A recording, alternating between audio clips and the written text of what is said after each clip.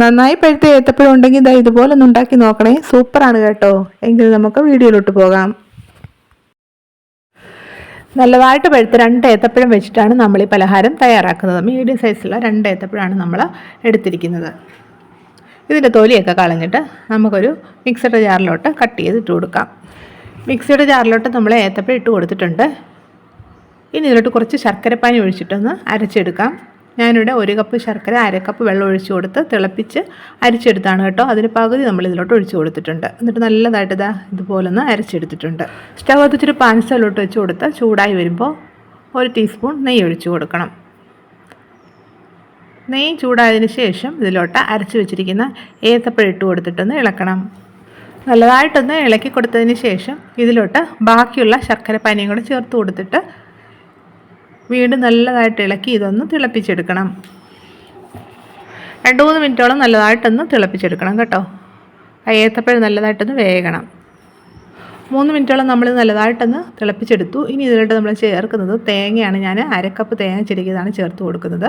പിന്നെ ഇതിലോട്ട് 1/2 teaspoon ഏലക്കാപ്പൊടിയും 1/4 teaspoon ജീരകത്തിൻ്റെ പൊടിയും കൂടെ ചേർത്ത് കൊടുത്ത് നല്ലതായിട്ട് ഒന്നുകൂടി ഒന്ന് മിക്സ് ചെയ്തെടുക്കണം.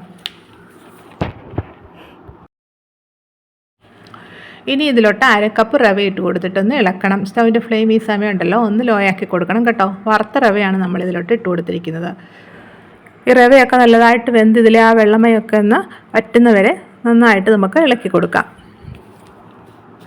ഇപ്പോൾ ഈ റവയൊക്കെ നല്ലതായിട്ട് വെന്തിട്ടുണ്ട്. ഇത്രയും മതി. ഈ പരുവത്തിന് വേണം തയ്യാറാക്കിയെടുക്കാൻ കേട്ടോ. ഇനി നമുക്ക് സ്റ്റൗ ഓഫ് ചെയ്യാം.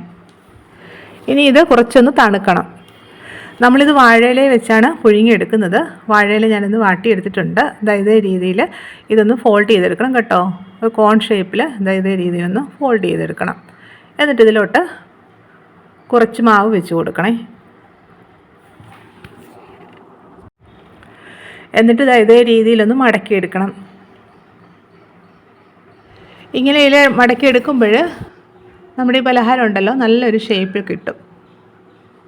ചെയ്യാൻ എളുപ്പമാണ് കേട്ടോ. ഇതേ രീതിയിൽ ഫോൾഡ് ചെയ്തെടുത്താൽ മതി. ഒരെണ്ണം നമ്മൾ റെഡിയാക്കി എടുത്തിട്ടുണ്ട്. ഇതുപോലെ ബാക്കിയുള്ളതും കൂടെ ചെയ്തെടുക്കാം. സ്റ്റൗ കത്തിച്ച് ഇഡ്ഡലി പാത്രം വെച്ച് കൊടുത്തു. അതിൽ കുറച്ച് വെള്ളവും വെച്ച് നമ്മൾ തിളപ്പിച്ചു. ഒരു ഇഡ്ഡലി തട്ടും വെച്ച് കൊടുത്തിട്ടുണ്ട്. ഇതിലോട്ട് നമുക്ക് നമ്മൾ തയ്യാറാക്കി വെച്ചിരിക്കുന്ന പലഹാരം വെച്ച് കൊടുക്കാം. ഇനി ഇതിൻ്റെ അടപ്പ് വെച്ച് അടച്ച് ഒരു 15 മിനിറ്റ് വേവിച്ചെടുക്കണം. ഇപ്പോൾ ഒരു 15 മിനിറ്റായി.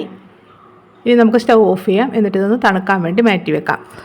ഇതിപ്പോൾ നല്ലതായിട്ട് തണുത്തിട്ടുണ്ട്. ഒരെണ്ണം നമുക്ക് ഇളക്കി നോക്കാം. നല്ല സൂപ്പർ ടേസ്റ്റ് ആയിട്ടുള്ളൊരു പലഹാരമാണ്. എല്ലാവരും ഒന്ന് ട്രൈ ചെയ്ത് നോക്കണേ.